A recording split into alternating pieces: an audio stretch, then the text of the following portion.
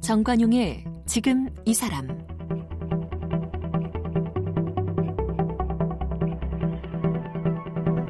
여러분 안녕하십니까? 정관용입니다.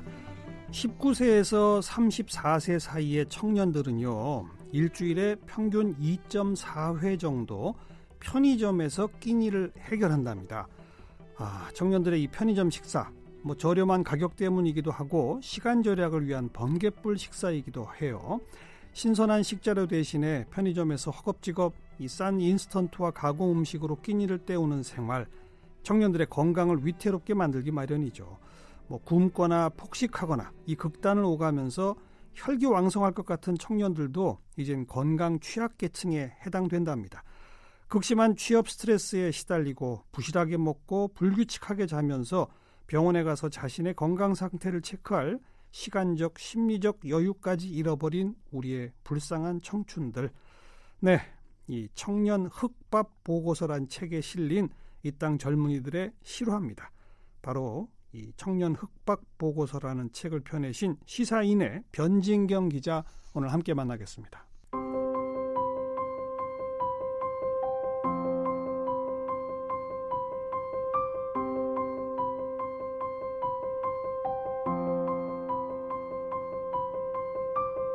변진경 기자는 1984년 경상북도 의성에서 태어났습니다.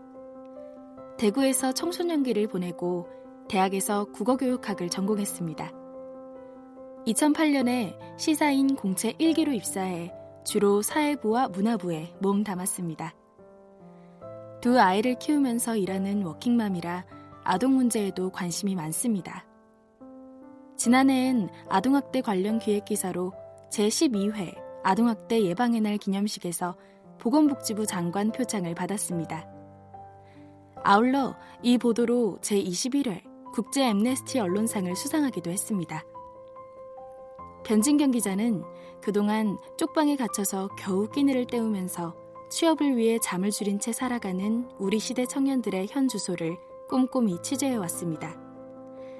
청년들의 식사와 주거, 생활과 노동 등의 전 영역에 걸쳐서 취재한 청년 문제의 현실과 그 대안을 최근 청년 흑박 보고서로 펴냈습니다.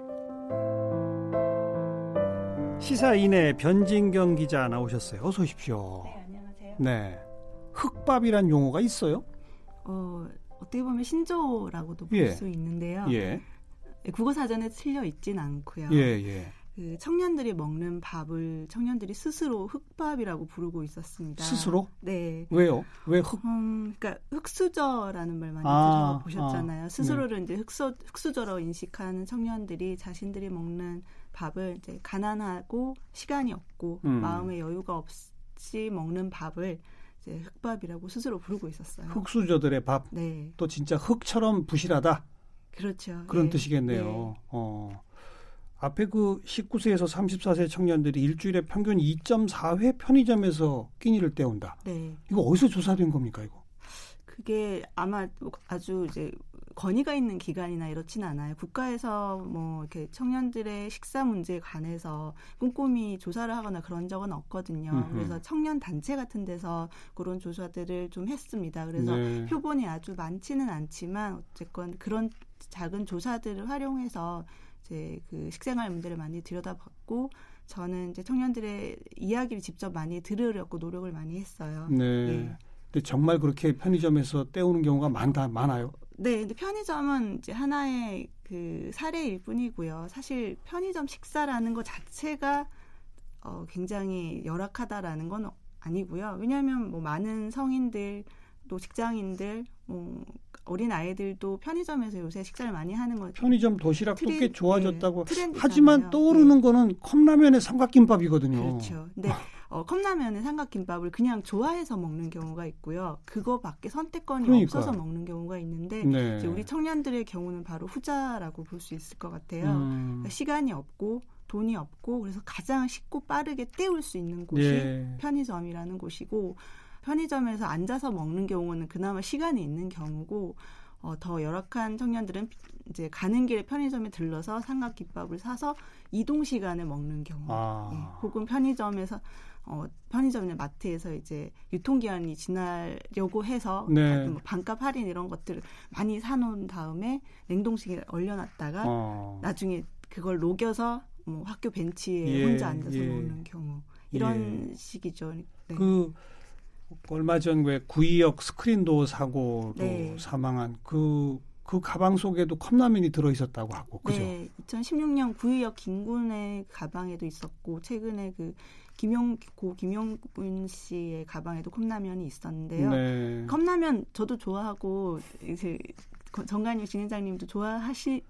아니 근데 이게 별식으로 먹을 때 그렇죠. 좋은 거지. 이게 별식인 경우에는 맛있지만은 네. 그거밖에 없고, 그것만 먹을 수 있는 시간이 있어서, 그리고 언제 어디서 식사를 할 줄 모르기 때문에 가방에 넣고 다니는 경우는 천지차이잖아요. 네, 네. 네. 그래서 저는 이제 청년들의 밥이라는 것을 좀 주목을 많이 했습니다. 저도 청년 문제에 대해서는 그동안 뭐 여러 방송을 통해서 관심을 보여왔는데, 네. 대체로 취업 문제, 뭐 주거권의 문제, 네.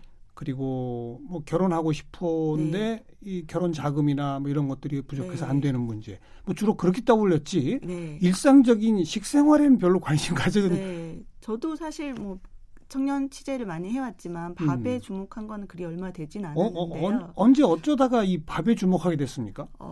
처음에는 인터넷 한 커뮤니티에 올라오는 글을 봤는데요. 또 장난스럽기도 한 글인데, 이제 한 청년이 자기가 먹은 이제 흑수저스러운 밥상에 대해서 얘기를 하면서 당신들이 먹었던 식사 중에서 가장 흑수저스러운 게 뭐였냐, 가장 떡밥이 뭐였냐, 부실했던 식사가 어떤 거였냐. 그러니까 댓글이 200개가 달리더라고요. 근데 그거를 천천히 읽다가 처음엔 재밌었어요. 뭐 여러 가지 이야기를 나는데 읽다가 보니까 이게 웃을 수만은 없더라고요. 어떤 내용들이 올라와요? 예를 들면 이제 제가 몇 가지를 이제 읽어보면 밥 한 숟가락에 굵은 소금 하나씩, 물에 카레가루만 풀어서 끓여 마셔봤어요.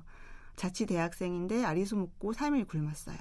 그리고 어떤 고시생은 밥, 쌈장, 올리브 통조림으로 한 달을 버텼어요. 한 달? 네. 그리고 어떤 아르바이트생은 한식집에서 손님이 남기고 간 육회를 먹었는데 너무 맛있어서 슬펐어요. 그리고 이제 웨딩홀에서 아르바이트를 하는 친구들도 있는데, 웨딩홀 혼주 음식은 질이 좋아서 남긴 것도 맛있어요. 이런 댓글들이 서로들 이제 웃으면서 나누는데, 저는 그것들을 보면서 이게 과장이거나 조금 거짓이 섞여 있으면 구체성이 좀 떨어지거든요. 근데 굉장히 구체적이고 어떻게 보면 저희가 상상도 하지 못한 이야기들이 많아서 좀 놀랬어요. 근데 이게 인터넷상의 이야기니까 믿을 수는 없는데, 실제 그럴까? 청년들의 밥상은 도대체 어떨까? 이런 궁금증이 들어서 취재를 했군요. 네, 청년들의 먹는 이야기를 좀 들어보기로 그랬더니 했습니다. 정말 그렇던가요? 네, 별로 과장이 아니었어요. 저도 취재를 하면서 놀란 경우가 굉장히 많았어요. 첫 번째, 돈이 없어서입니까? 네, 돈이 없고요. 그와 비슷한 강도로 없는 게 시간이에요. 네, 매우 바쁘고, 왜 바쁘냐? 돈이 없기 때문에 바쁘거든요. 아르바이트 뛰고 이런다고. 네, 공부를 해야 되고 학교를 다녀야 되고 취업 준비를 해야 되고 하지만 또 아르바이트로 생활비를 벌어야 되기 때문에 또 아르바이트를 하다 보면 또 밥을 못 먹어요. 네, 아르바이트 시간에 쫓겨서 못 먹고 식사 시간에 끼어 있어도 그 아르바이트생에게 식사를 챙겨주는 그 고용주들이 그렇게 많지 않더라고요. 네. 그래서 밥을 못 먹고, 돈도 없고 시간도 없고 또 마음의 여유가 없어서 내가 이런 음식을 먹을 자격이 없어 라는 생각을 하는 청년들도 굉장히 많았고요. 마음의 여유 때문에. 네. 그래도 아르바이트를 하고 학교를 다니고 취업 준비를 하고 어느 정도 수입이 있으니까 그게 가능한 거잖아요. 네. 그럼 먼저 먹어야 되는 거 아닌가요? 근데 청년들이 어떤 수입이 생기거나 돈을 벌거나 그렇게 하면 제일 먼저 써야 한다고 생각하는 것이, 일단은 뭐 교재비, 학원 수강비, 자신들의 뭐 취업과 미래 준비를 위한 것이고, 또 통신비를 내야 되고 핸드폰을 사야 되고 노트북을 사야 돼요. 왜냐하면 그것들이 없으면 사실상 사회생활이 불가능하고 취업 준비, 미래 준비가 불가능하거든요. 그러니까 미래를 위한 투자에 먼저 써야 된다. 그렇죠. 그리고 먹는 것은 자기가 그냥 혼자 개인적으로 해결하면 되는 것이기 때문에 가장 먼저 줄일 수 있다고 생각을 하더라고요. 가장 먼저 줄이는 게 식음료비다? 그렇죠. 아하. 그러니까 친구들하고 만나러 가려면 옷이 너무 허름하면 그건 굉장히 또 자존심의 생채기가 나니까 옷은 살지언정 그 대신에 새끼는 라면만 먹는다 이런 식으로 하거나 그래요. 예, 취업 면접을 보러 가는데 KTX를 타고 어딘가로 가야 되면 그건 꼭 필요한 돈이잖아요. 네, 그러면 네. 대신에 내일 두 끼는 굶자 이런 식으로 아예 굶어버린다. 네. 근데 그것도 계층별로 차이가 있어요. 부모의 지원금 정도에 따라서 이제 그 나눠서 봤을 때 그렇겠죠. 부모의 지원금이 많은 친구들은 식비에 그래도 좀 더 쓰고 예. 어떻게 보면 예, 당연하지만요. 알겠습니다. 예. 영화나 이런 데 등장하는 밥은 먹고 다니냐? 이게 정말 실화였군요. 네, 네. 그런 말을 했을 때 대답을 선뜻 하기가 힘든 상황이 된 것 같아요. 예. 그러다 보면 건강에 안 좋겠네요. 그렇죠. 당연할 수밖에 없는 건데요. 네. 실제로 제가 만난 많은 청년들이 몸이 아팠어요. 제가 직접 보기에도 굉장히 기력이 없고 이제 창백하고 그런 친구들도 많았고, 그러니까 휴학 중이거나 아니면 어렵게 어딘가 취직을 했다고 하더라도 몸이 너무 좋지 않아서 예전에 그 흑밥 때문에 휴직을 하거나 사직을 한 경우도 많이 봤어요. 네, 네. 건강 때문에. 네, 본인이 스스로 이제 얘기를 하기를 그 준비하고 취업 준비하고 공부할 때 굉장히 그 대충 떼용 끼니 후에 그게 한 1, 2년, 3년 쌓이니까 굉장히 몸에 무리가 많이 왔다라고 얘기를 하더라고요. 그렇게 우리가 몸을 치유하기 위한데도 돈이 들잖아요. 네, 병원을 가잖아요. 아프면. 네. 근데 청년들은 병원을 잘 가지 않아요. 왜냐하면 이제 돈이 없고 그러니까요. 또 시간이 없어서 그리고 또 여유가 없어서 계속 같은 이유인데요. 실제로 그 병원 의료율 미충족률 뭐 이런 통계가 있어요. 그러니까 아팠을 때 병원에 가지 않는 비율을 연령대별로 조사한 통계가 있는데 네.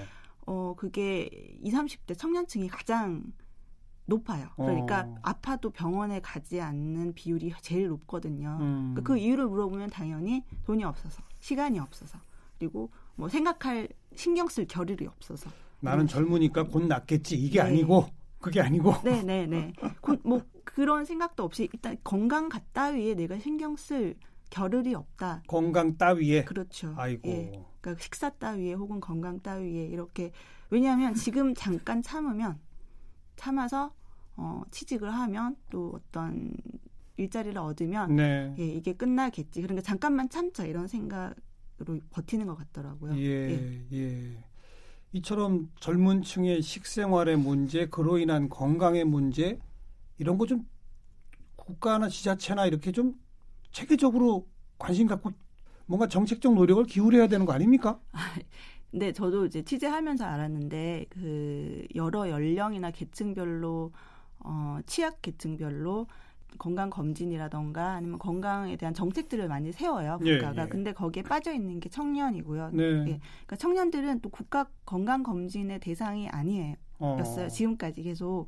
그러니까 취직을 하지 않으면 고등학교 졸업한 후에 10년이고 20년이고 계속 한 번도 자신의 건강을 검진하고 이제 진단할 기회를 얻지 못하거든요. 뭐 취직을 해도 좀 그나마 직장에서 건강 검진 이렇게 도와주는 그런 회사에 가야 그렇죠. 가능한 거죠. 네, 건강 검진 그러니까 4대 보험에 들면은 네. 국가 건강 검진의 기회를 얻을 수는 있지만 사실 그런 게 제공되지 않는 일터도 많고요. 그러니까요. 그리고 만약에 제공된다고 해도 건강 검진을 받으려면은 평일에 네. 그 시간을 할당 받아야 되잖아요. 근데 그런 기회가 주어지지 않는 곳도 많아서 굉장히 그 혜택을 못 누리는 청년들도 많다고 해요. 근데 올해부터 올해 지금 얼마 안 됐잖아요. 그 대상자를 청년들에게도 건강검진의 기회를 주는 정책이 이제 시행이 돼서 이제 다행히 그게 좀 혜택 기회가 시작이 되고 있습니까? 네, 그래서 좀 그나마 다행이라고 볼 수 있을 것 같아요. 네.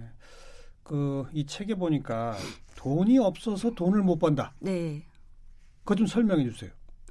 제가 아까 말씀드린 것처럼 이제 돈이 없으니까 돈을 벌어야 되잖아요. 예. 그래서 많은 청년들이 굉장히 좋은 일자리를 구해서 안정적으로 돈을 벌기 위해서 공부를 하고 취업 준비를 하는데 그 취업 준비를 하는 기간 안에도 돈이 필요하잖아요. 그렇죠. 왜냐하면 먹어야 되고 네. 자야 되고 가끔 사람이 좀 심리적 문화생활도 위안도 해야 되고. 얻어야 되고 근데 그럴 돈은 또 벌어야 된단 말이에요. 네. 진짜 제대로 된 일자리 구하기 전이라도 그러면은 아르바이트를 하죠. 네. 아르바이트를 하면 그 본업인 그 미래 준비를 못 해요. 학교를 휴학하거나. 네, 예, 휴학하거나 아니면 빚을 져서 아르바이트를 하지 않고 공부를 하지 않는 이상은 아르바이트를 하면서는 그 하루 종일 거의 아르바이트가 2-3시간짜리 하는 친구들 별로 없고요. 그러면은 네. 사실 최저임금이 너무 작기 때문에 어느 예. 정도 수입이 안 된단 말이에요. 적어도 반나절 이상의 아르바이트를 하면 녹초가 돼서 제대로 이제 미래 준비를 할 기력이 남지 않고요. 그렇게 네. 되면은 미래 준비 실패해서 취업에 실패하죠. 그러면 돈이 또 없고 그러니까 또 그런 시간들이 아. 계속 누적되면서 계속 악순환만 이제 되풀이 되는 현상인 네. 것 같아요. 네. 그나마 그 청년들의 젊은 그저 식생활을 위해서 뭐 밥 굶는 청년들은 좀 없게 하자. 뭐 이런 다양한 시도들도 그나마 있다면서요. 네. 몇 개 좀 소개해 주세요. 주로 이제 청년 스스로 이제 이 문제를 인식을 하고 조금씩 움직임들을 보이고 있었는데요. 십시일밥이라는 이제 대학생 봉사 단체라고 할까요? 십시일반. 예, 십시일밥이에요. 십시일밥. 밥이요. 네. 그 10숟가락이 모여가지고 한 그릇이 된다. 건데, 한 대학생이 자기 친구 이야기를 들었는데요. 한 친구가 이제 돈이 없어서 밥을 잘 먹지 못해서 그 학교 식단에 보면 그 식판으로 밥을 나눠주잖아요. 네, 네. 근데 거기는 다행히 리필이 되는 식당이었대요. 학교 식당이. 그래서 옆에 친구가 다 먹기를 기다렸다가 다 비우고 나서 리필을 받아서 옆 친구가 이제 그 밥을 먹었다. 그 이야기를 듣고 대학교에도 이런 친구들이 있다면 우리가 도와줘야겠다고 생각을 해서 이제 봉사활동을 하는 건데요. 어떤 봉사를 해요? 학교 식당에서 이제 배식을 하거나 설거지를 하거나 이런 봉사활동을 하면 그 임금을 대신에 그 학교의 어려운 친구들에게 식권으로 나눠주는 방식이에요. 예. 그게 시작한 지 한 3-4년 정도 됐는데 지금 굉장히 많은 전국 대학에 다 빠져나가서 그래요. 그 혜택을 보고 있는 대학생들이 굉장히 많다고 해요. 네. 근데 이걸 처음 시작할 때는 사실 이게 그렇게 오래 갈지도 몰랐고 많이 신청을 할지도 몰랐는데 이게 점점 더 신청자들이 많아지는 걸 보고 네. 이제 우리 시작한 분도 굉장히 안타깝다고 하더라고요. 이게 가만히 있어봐요. 그러니까 돈이 없어서 학교 식당에서조차 밥을 못 사 먹는 학생이 그 학생 스스로가 설거지를 하거나 배식을 해가지고 거기서 임금을 받아서 아니, 밥을 사 먹는 게 아니라 그게 아니라 그 학생이 할 수도 있지만 대략은 이제 그 취지에 공감하는 대학생들이 자기는 이제 사 먹을 수 있는 사람들이 봉사활동을 해서 임금을 식권으로 받아가지고 그거를 이제 그 단체에서 일괄로 그 신청자들이 익명으로 이제 이제 신청을 하죠. 그래서 그분들에게 나눠주는 형식이에요. 따뜻하네요, 정말. 네, 근데 이게 좀 사회에서도 이런 게 확산됐으면 좋겠다라고 그 단체 대표가 얘기를 하더라고요. 네.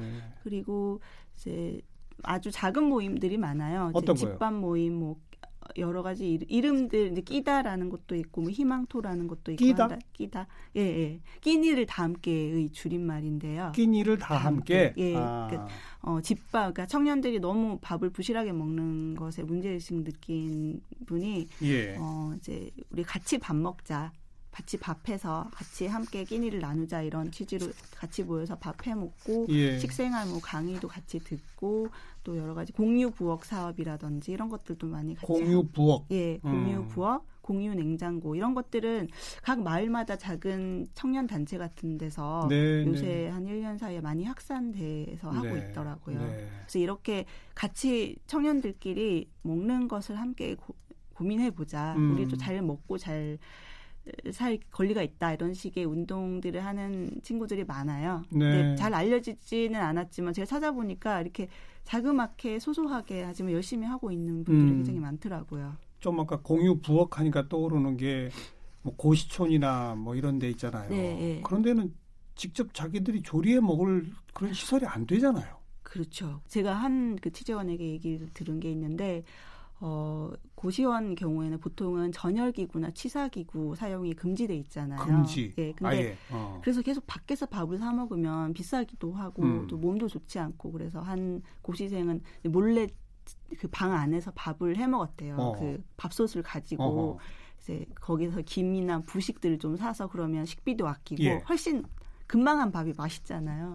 근데 그 너무 전열 그 전기를 많이 쓰면 전열기가 과부하 걸려서 내려갔대요. 한 번은. 그래서 그 주인 아주머니가 색출 작업을 벌였대요. 색출? 네. 어디서 많이 썼나 그래서 봤더니 밥솥을 쓰고 있었다. 그래서 밥솥이랑 같이 쫓겨났다는 거예요. 자기 친구가. 그래서 이런 일들이 너무나 많은 거예요.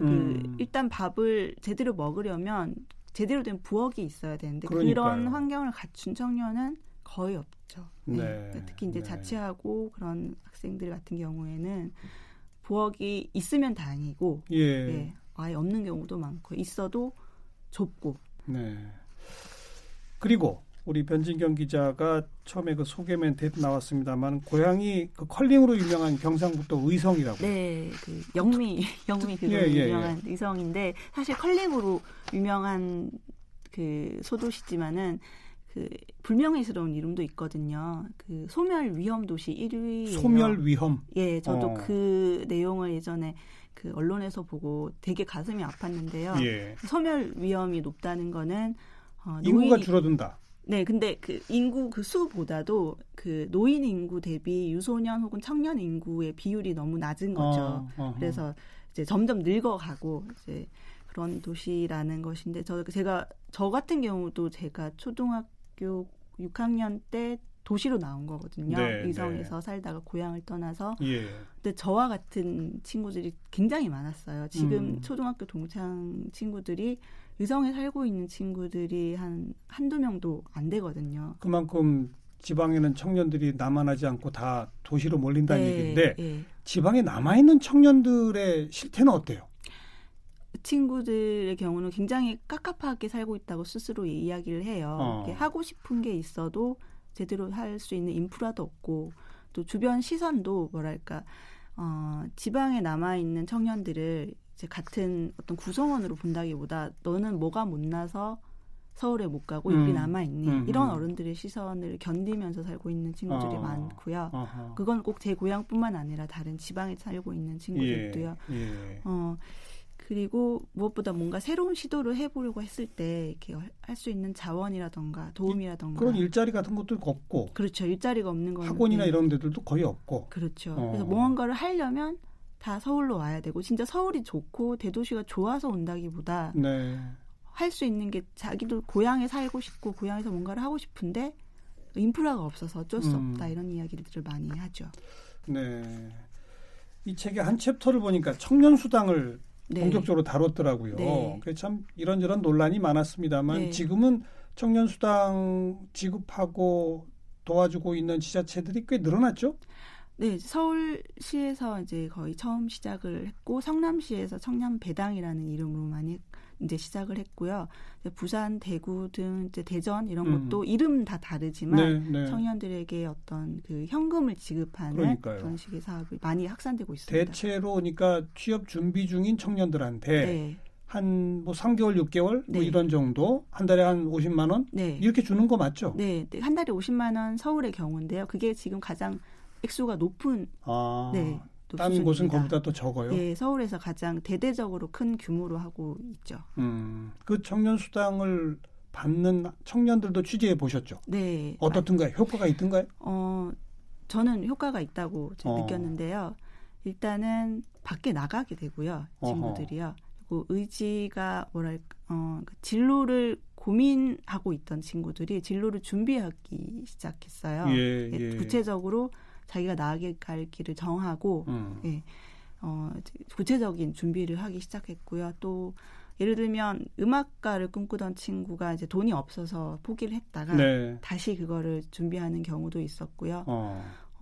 그리고 이제 컴퓨터 프로그래머를 꿈꾸는 친구가 그걸 하려면 이제 컴퓨터 사양이 어느 정도 돼야 되잖아요. 그렇죠. 근데 돈이 없어서 하지 못하다가 이제 그 돈으로 컴퓨터를 업그레이드를 해서 그 프로그램을 만들어 보고 그래서 그걸 포트폴리오로 내고 이런 구체적인 변화들이 일어나고 있었습니다. 왜 논란이 많을 때 한때는 그 뭐 무슨 취업 준비 자금으로 쓰는지 술값으로 쓰는지 어떻게 아느냐 막 그랬잖아요.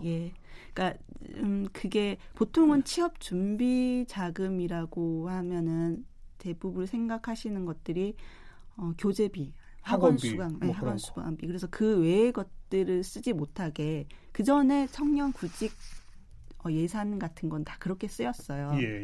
근데 청년들이 미래를 준비한다는 건 그렇게 한정적이지가 않거든요. 오늘 봤지만 예. 우선 밥부터 먹어야죠. 그렇죠. 어. 일단 밥을 먹고 기운이 있어야 공부를 예. 하고요. 예. 또 모두가 공무원 시험 준비를 하는 것도 아니고 모두가 그 우리가 보통 생각하는 대기업 직장인을 꿈꾸는 것도 아니고요.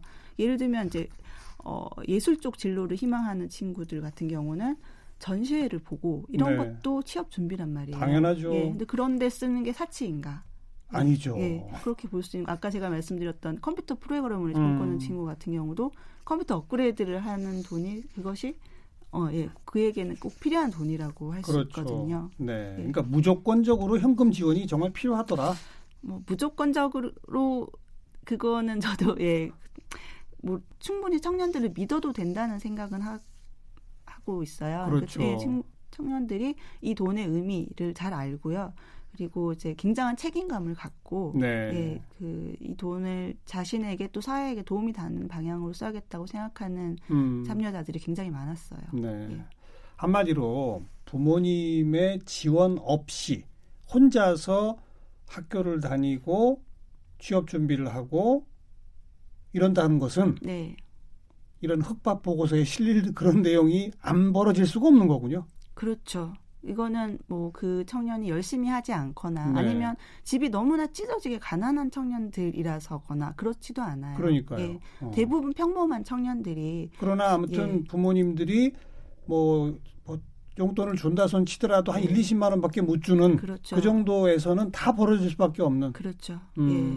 그 부모님께 손을 벌리기 굉장히 부담스럽잖아요. 사실 네. 대학교까지 네. 주신다는 것 자체가 네. 돈이 많이 들어가는 거라서 청년들이 나 혼자 해봐야지라고 하는데 그 기간이 지금은 굉장히 길잖아요. 길어지고 있죠, 예. 점점. 그리고 이제 물가는 높아지고 네. 월세도 굉장히 높고. 그러니까 게다가 그나마 집에서 부모님들한테 밥이라도 얻어 먹을 수 있는 네. 집이 서울이거나 그렇죠. 대도시거나 네. 그건 모르겠는데 그렇죠. 예. 자기 혼자 떠나와 있어야 하는 네. 그런 청년들은 더더욱이나. 그렇죠. 예. 아. 그러니까 어떻게 보면 서울에 사는 것도 자원을 가진 거고 맞아요. 예, 지방 출신이라는 것이 또 청년들에게는 굉장히 좌절감을 주는 경우가 많더라고요. 밥은 먹고 다니냐? 이제 서로 좀 물어봐야 되겠습니다. 네, 예. 네. 오늘 아주 적나라한 우리 청년들의 실태를 고발한 청년 흑밥 보고서 이야기를 좀 나눠봤습니다. 시사인의 변진경 기자였어요. 오늘 고맙습니다. 네, 감사합니다.